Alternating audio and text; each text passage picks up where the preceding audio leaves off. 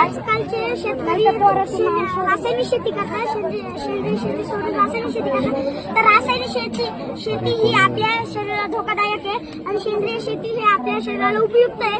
तर तुम्ही कधी बाजारात गेला असेल, भाजीपाला आणला असेल, तो धुतला मग बनवला, तर तुम्ही आजारी पडले असाल तर त्याचं कारण असं आहे का त्या भाजीपाल्यामध्ये रासायनिक खत वापरले जातात, रासायनिक केमिकल वापरले जातात, म्हणून तुम्ही आजारी पडता.